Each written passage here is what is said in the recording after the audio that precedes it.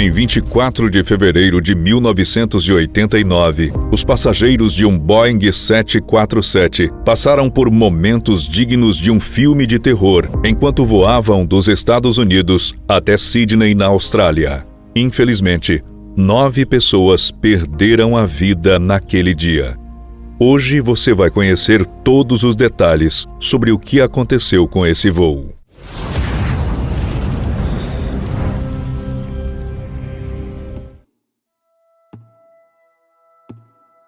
O avião escalado pela United Airlines para realizar o voo 811 foi um Boeing 747, com prefixo November 4713 Uniforme. Com mais ou menos 19 anos em serviço, essa aeronave já somava mais de 58 mil horas de voo, acumulando mais de 15 mil ciclos de pousos e decolagens. Até aquele fatídico dia 24 de fevereiro, o 747 não havia chamado a atenção de nenhum dos responsáveis pela manutenção dos aviões e não havia se envolvido em nenhum acidente. Por isso, ninguém poderia imaginar o que estava por vir. Experiência era algo que não faltava entre os pilotos do voo 811, que tinham David Cronin, de 59 anos de idade, como comandante. Cronin era um veterano dentro da empresa e tinha todo o respeito dos seus colegas. Ao longo da sua carreira, já tinha naquele momento nada menos que 28 mil horas de voo, sendo mais ou menos 1.600 delas apenas em modelos idênticos ao que ele comandou naquele dia. Um fato realmente curioso é que o comandante já estava em vias de se despedir da companhia, uma vez que faltavam apenas 2 voos para ele ser aposentado de forma compulsória. David era auxiliado pelo primeiro oficial Gregory Slader, de 48 anos de idade, e o engenheiro Randall Thomas, de 46 anos. Os dois também já tinham mais de 10 mil horas de voo e estavam acostumados a lidar com o Boeing 747. Porém, infelizmente, contar com muita experiência dentro da cabine nem sempre é uma certeza de que tudo vai correr bem, já que diversos imprevistos podem acontecer.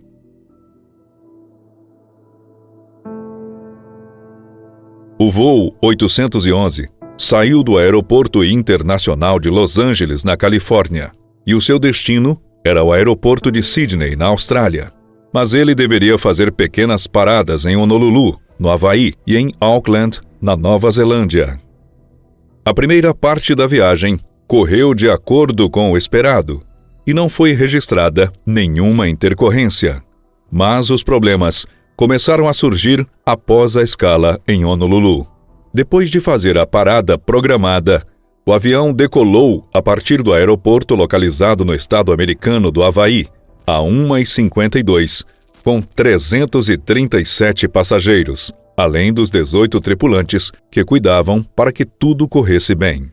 Enquanto o piloto se preparava para decolar, ele avisou toda a equipe sobre a possibilidade de tempestades e turbulências durante o trajeto que iriam fazer a seguir.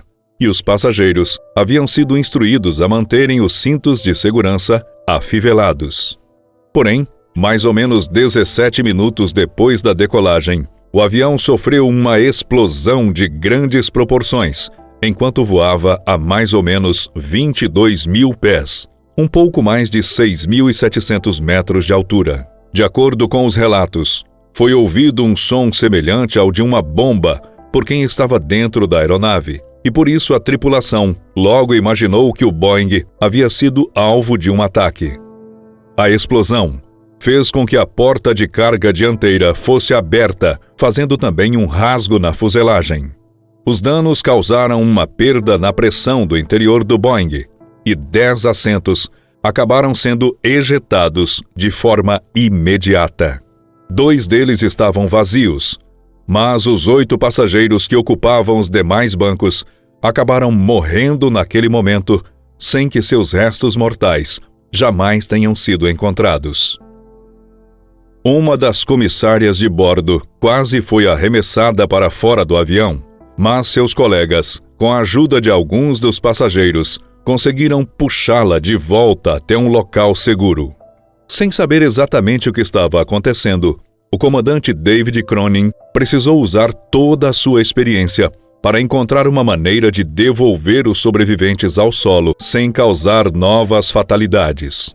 A situação de emergência foi decretada aproximadamente às 2 horas da manhã no horário local, e os tripulantes precisaram lidar com vários problemas técnicos que sucederam à despressurização. O engenheiro Thomas fez uma rápida análise da situação da aeronave e passou instruções importantíssimas para que o piloto pudesse planejar o pouso de emergência. Os flaps não puderam ser acionados em sua totalidade, e como consequência, o piloto precisou usar uma velocidade de pouso um pouco maior do que a indicada. Por conta disso, era crucial que David usasse toda a sua experiência para não ultrapassar os limites da pista. Felizmente, o pouso de emergência aconteceu sem maiores intercorrências, e em menos de 1 minuto, os sobreviventes deixaram o interior da aeronave. Todos os comissários de bordo sofreram algum tipo de ferimento, desde mais leves até casos graves, que precisaram ser levados a um hospital com urgência. Partes de corpos e retalhos de roupas foram encontrados em um dos motores do Boeing, mas não foi possível atribuir os fragmentos a nenhuma das vítimas em específico. Infelizmente, nenhuma das 9 pessoas que perderam suas vidas naquele dia tiveram seus restos mortais recuperados.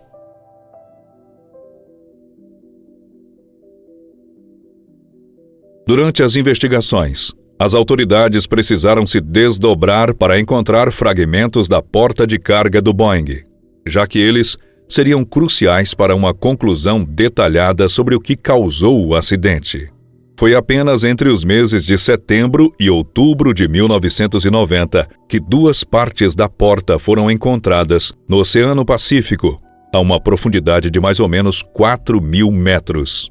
Para que eles pudessem ser recuperados e levados até as autoridades, foi necessário utilizar um submersível.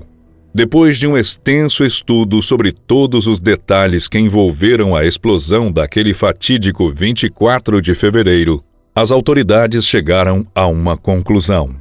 O relatório final, apresentado pelo Conselho Nacional de Segurança nos Transportes dos Estados Unidos, aponta para uma abertura inesperada da porta de carga, provocada por problemas elétricos e também por equívocos no projeto da peça.